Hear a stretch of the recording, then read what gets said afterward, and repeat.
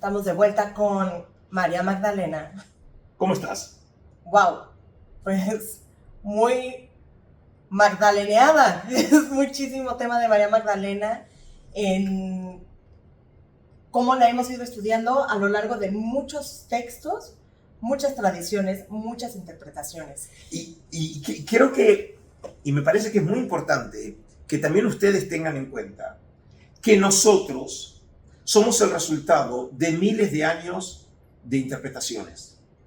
Y obviamente nosotros no somos conscientes de cómo este conocimiento se fue acumulando, cómo la figura de María Magdalena se fue moldeando. Y en realidad, en muchos casos, la perspectiva es totalmente asincrónica, proyectando sobre la figura de María Magdalena ideas, conceptos que no tienen nada que ver con la figura que alguna vez puede ser que haya existido en la historia y que fragmentos de esa historia aparecen en el Nuevo Testamento, con las otras imágenes de María Magdalena que se fueron construyendo a lo largo de los siglos. En un episodio anterior vimos que la nueva etapa en la que podemos claramente ver un nuevo desarrollo en la manera de interpretar a María Magdalena es en la etapa gnóstica, en donde María Magdalena es presentada como la amada de Jesús, pero no en un sentido romántico o amoroso, sino en realidad mostrando que ella era una alumna predilecta, que estaba muy cerca de Jesús y por lo tanto había merecido ser receptora de revelaciones que no conocían el resto de los apóstoles, como lo vimos en el Evangelio de María, como también lo vemos en el Evangelio de Felipe, y por lo tanto los cristianos gnósticos eran receptores de esa revelación o revelaciones alternativas que no habían llegado por los canales tradicionales, a través de los apóstoles, a través de Pablo y por lo tanto los canales tradicionales de la iglesia, sino canales alternativos de los cuales los cristianos gnósticos se veían como herederos. Pero ahora la pregunta es lo siguiente: ¿desde cuándo podemos encontrar la idea de que Jesús se había casado con María Magdalena y que incluso habían tenido hijos? ¿Dónde aparece eso en la historia de la tradición? Bueno, en realidad este es un fenómeno muy moderno. Podemos poner el dedo en un momento especial, que es el año 1951, en que el escritor griego Nikos Kazantzakis escribe un libro que realmente resultó ser un verdadero Boom. blockbuster, ¿sí? Y escándalo a la vez, que se llamó La Última Tentación de Cristo, en donde, en esa novela, él desarrolló el tema que en realidad Jesús había tenido a María Magdalena como esposa, ¿sí? Y que, por lo tanto, había tenido, si se quiere, familia, ¿sí? Obviamente, un tema que no aparece en nada en las Escrituras, pero podemos decir que es la libertad poética que se puede tomar un escritor, que a partir de cualquier tema, incluso una figura histórica, puede hacer, en este caso, uso de su imaginación.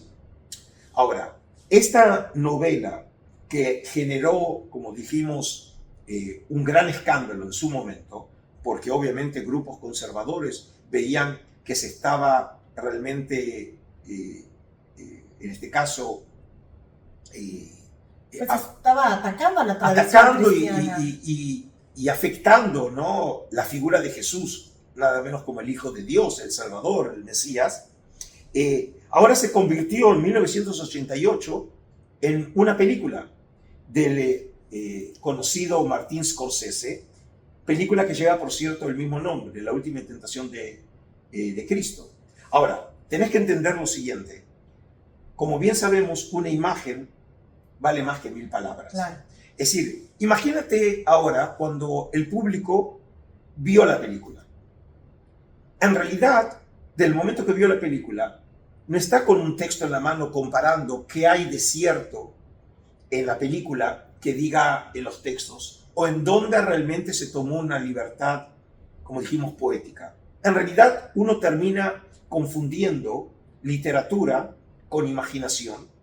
Y la idea que se va formando en la gente es que realmente el Jesús de la historia fue probablemente también un hombre que tuvo familia, que tuvo descendencia. ¿Sí? Es decir, aquí empiezan a aparecer este tema que obviamente los testimonios literarios se confunden con la imaginación, en este caso literaria,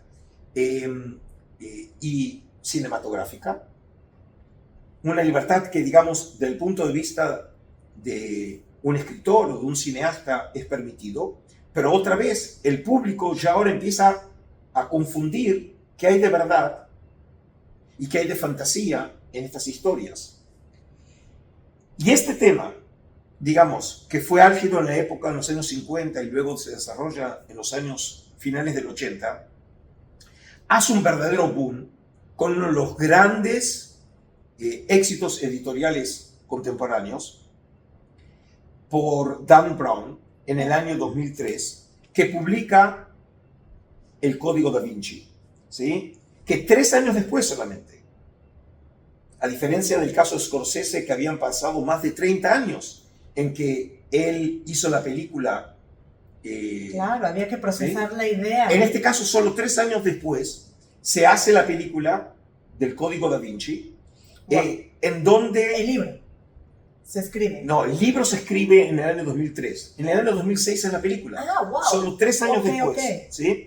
Que obviamente también este caso generó una gran protesta, pero aquí lo que hace Dan Brown es jugar con la inocencia de la gente, porque comienza el libro diciendo que todo lo que él dice, a excepción de, y habla de un detalle, todo lo que él dice está cierto y está confirmado en la fuente. Y por supuesto, wow, nada de eso está confirmado en la fuente. Qué fuerte, ¿eh? Pero otra vez, nadie se va a tomar el trabajo de comparar y ver y realmente investigar si realmente es cierto o no. Esta es la gran diferencia. Nada más quiero comentar que en el episodio anterior estábamos cerrando con la investigación de esta profesora de Harvard que fue engañada no engañada, sino que en su investigación estudió artefactos que fueron falsificados en algún momento y ella tuvo la humildad de decir, me equivoqué.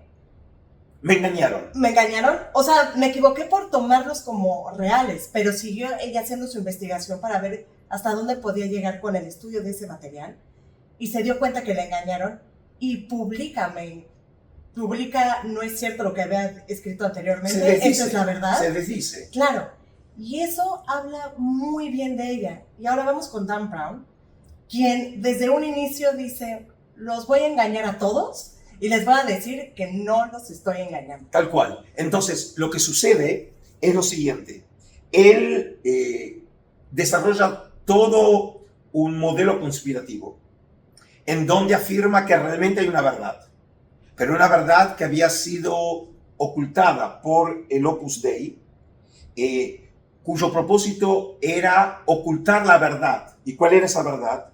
La verdadera historia de Jesús es que Jesús realmente se había casado con María Magdalena, que a partir de esa relación habían tenido descendencia y que esa descendencia en algún momento llegó a Francia y que estaba, vinculada a lo que se conoce a la dinastía de los merovingios en Francia. Es decir, toda una historia, en este caso, que parece realmente una historia que no tiene nada que ver con el que conocemos con el Jesús de la historia, ¿sí? Ahora, Dan Brown, además, en este caso, utiliza elementos y los manipula, porque, por ejemplo, alude a la tradición gnóstica. Como dijimos en el episodio anterior, hay una tradición gnóstica donde se habla de esa relación de cercanía entre María Magdalena y Jesús, pero él, por supuesto, hace una lectura totalmente sesgada, en donde dice, estos textos, la literatura gnóstica, hablaba de una relación realmente de pareja. Claro, es una lectura muy conveniente para hacer un bestseller. Claro, y entonces este es el verdadero mensaje que la verdad histórica que conocían los cristianos gnósticos, que la iglesia oficial quiso ocultar. Luego incluso alude al hecho de que también los rollos del Mar Muerto hablaban de María Magdalena, ¿sí? Y spoiler, no hablan de María Magdalena. Oh, lo siento, para todos los seguidores de Dan Brown. Te voy a contar una anécdota verdadera. Cuando yo un día estaba terminando mi clase en un seminario rabínico que enseñaba en esa época en Jerusalén, se acerca un alumno y me dice, dígame doctor, ¿es cierto lo que dice Dan Brown sobre María Magdalena en los rollos del Mar Muerto? Dije, la verdad yo no conozco, no leí nada sobre el tema, no conozco la novela de Dan Brown y por lo tanto no tenía lo que contestarle. Hasta que leí la historia del Código da Vinci, que digamos hasta cierto momento me pareció bien construida, por supuesto faltando a la verdad histórica, pero bien construida. El final me pareció sencillamente estúpido. ¿En qué termina? ¿Cómo? No importa ahora cómo termina la historia, pero me encontré con la situación que yo después fui a una gira en Estados Unidos hablando sobre la información falsa que nos provee el Código da Vinci, y yo me encontré que los millones lo hizo Dan Brown, y yo simplemente explicando como otros investigadores, tratando de demostrar las falsedades sobre las cuales construye su novela. Pero hay que recordar, él afirma que eso es verdad, y eso es lo que lleva realmente al público, en última instancia, a desconocer la realidad histórica y confundir qué hay de fantasía y qué hay de realidad. Ahora, no solamente qué falta de responsabilidad, incluso Dan Brown, también esta noticia sobre la descendencia de Jesús y María Magdalena, no era en realidad un tema original en el caso de Dan Brown. Él en realidad se basó en otra obra que se llamó en inglés Holy Blood and Holy Grail, es decir, Santa Sangre y Santo Grial, escrito por tres autores, Michael Bajan, Richard Lake y Henry Lincoln, ¿sí? Que fue publicado en 1982. ¿Y qué afirmaban ellos? Ellos construyeron historia en derredor de toda una leyenda acerca del Santo Grial, que originalmente el Grial aludía a la copa que había utilizado Jesús en la última cena, en donde estaba, digamos, la sangre, el vino, que es considerado entonces como el símbolo, ¿sí?, de la sangre de Jesús. Y ellos convierten este tema de la copa con vino, que en realidad representa la sangre, aludiendo que en realidad era una metáfora que se escondía un mensaje críptico. ¿Y cuál es el mensaje secreto? Que la sangre era verdaderamente la descendencia de Jesús y el grial no era una copa, era en realidad María Magdalena, que llevaba en su vientre el fruto de la relación carnal con Jesús y era la descendencia de Jesús. Ese tema él lo toma de esta obra, y por cierto es interesante que dos de estos autores, Bajan y Ley, escriben años después un bestseller que se llamó The Dead Sea Scrolls Deception. En español fue traducido como El escándalo de los rollos del Mar Muerto, donde afirmaban, precisamente siguiendo este tema de conspiración, que los rollos del Mar Muerto hablaban sobre Jesús y sobre verdades que la iglesia y el judaísmo oficial trataron de ocultar, que se transformó en un enorme bestseller. Wow. ¿Sí? Y por lo tanto, Dan Brown hereda, en este caso, temas de estos dos periodistas que escriben estos dos bestsellers, y se transforma él en un verdadero éxito editorial de decenas de millones de copias, que fue el Código da Vinci. Bueno, pues ya te la sabes, ya sabes cuál es la receta para hacer un bestseller y ganar millones. Sí, justamente nosotros con estas series y episodios lo que queremos es desmitologizar estos mitos, ¿sí? Claro. Pero sin duda no vamos a llegar al éxito, por lo menos, que tuvo Dan Brown. Totalmente. ¿Sí? Ahora, pero esto nos muestra algo muy interesante en este último episodio de la serie. Es lo siguiente, y es que estas manipulaciones, que en muchos casos vemos que tienen como finalidad realmente desvirtuar totalmente la figura de María Magdalena, se ve reflejada en otro tema, que también pasa por la tradición, que es imaginar a María Magdalena de una prostituta, como vimos en una línea de interpretación, a transformarla en una mujer piadosa y hasta en una santa. Porque, por ejemplo, empieza a aparecer en una literatura que habla de mártires, la civilización anglosajona del siglo IX de nuestra era, en la cual se contaba que María Magdalena, precisamente como un acto de teshuvá, un acto de arrepentimiento por los pecados que ella había llevado a cabo, suponiendo otra vez la tradición que había sido una prostituta, ahora se la dibuja como que ella se retira a una cueva del desierto en condición de penitente. Ahora, este tema de María Magdalena la penitente, en realidad era resultado de una combinación de un tema que lo conocemos de otra María, ahora en el cristianismo egipcio del siglo V, en donde se habla de una María que fue originalmente una prostituta y que se fue al desierto para arrepentirse de sus pecados. Es decir, que vemos todo el tiempo que la figura de María Magdalena va creciendo con el tiempo. Y no solamente eso, para tu sorpresa, no solamente hablamos aquí de una María Magdalena como un personaje literario o tradiciones literarias y legendarias, sino incluso algo que por ahí les va a sorprender, conocemos el tema de las reliquias de María Magdalena. Es decir, ¿y de dónde nace este tema de las reliquias? Que sabemos es un tema muy central en el cristianismo. Es decir, que haya restos físicos de los huesos, del cráneo, incluso de la ropa, del cabello de santos. Empieza a aparecer una tradición en donde después de del relato de Jesús ascendiendo al cielo, ¿qué es lo que pasa con María Magdalena? Y empieza a aparecer una tradición según la cual María, suponiendo que ella era la hermana de Lázaro, con Maximino y otros discípulos, deja la tierra de Israel. Y en esa leyenda se cuenta que llegan finalmente en barca por el mar Mediterráneo al sur de Francia. Y empieza a aparecer un tema que se lo conoce desde el siglo XIII, por el cual llega a la zona, como dijimos, del sur de Francia, en Saint-Marie-de-la-Mer, y ella comienza ahora a predicar. Ella ahora como si fuera una misionera, ¿sí?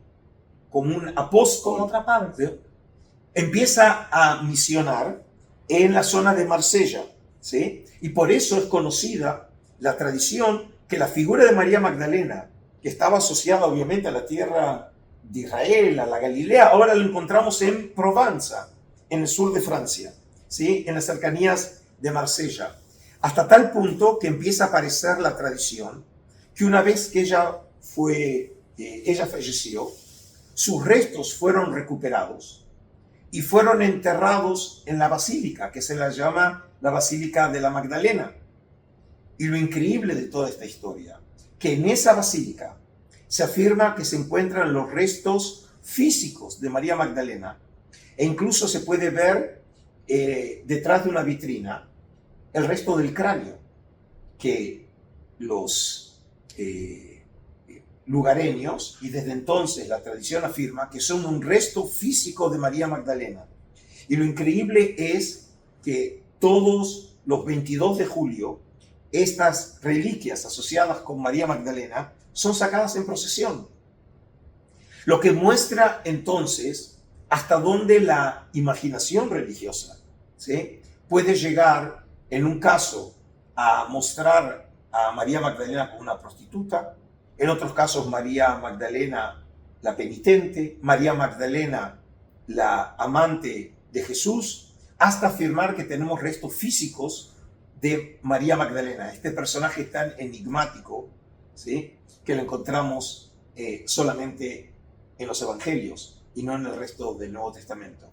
Y como ven entonces, amigos, durante varios episodios hemos tratado de caminar juntos un camino fascinante, misterioso y complejo a la vez, en donde tratamos de ir construyendo esta figura que se ha transformado en un ícono cultural. Claro. ¿Sí? Y a mí me da tranquilidad poder entender de dónde salen esos conceptos que han escandalizado a generaciones como Jesús y María esposos, María prostituta. Todos esos conceptos, entender de dónde vienen, cómo se formaron y en la realidad de quienes escribieron y cómo eran las luchas sociales en ese momento para crear lo que ahora nos ha tocado ir entendiendo. E igual me estoy haciendo bolas mientras estoy hablando, así que... Pero mira, Andrea, yo creo que en última instancia, creo que hay una conclusión que va más allá del aspecto académico.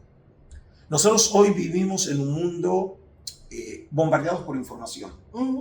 Y en donde, frente a los canales tradicionales de información, como pueden ser los periódicos, como puede ser, por ejemplo, la televisión, en donde hay personas que son responsables por la información que ellos nos comunican, y por lo tanto esas personas también pueden ser ahora investigadas porque sabemos quién comunicó esa información. Claro. Estamos frente a un mundo en donde las informaciones nos aparecen a través del Instagram, del TikTok, donde simplemente alguien cuenta que alguien oyó de algo y de alguien, y esa información que comenzó simplemente como si fuera un chisme se transforma finalmente en una verdad que ahora tiene que ser desdecida, cuando ahora millones de personas, wow, precisamente gracias a los medios de comunicación, ahora todos participan de esta idea y la gente ya no puede distinguir entre lo que es una verdad y lo que es simplemente una versión alternativa de la realidad. Totalmente.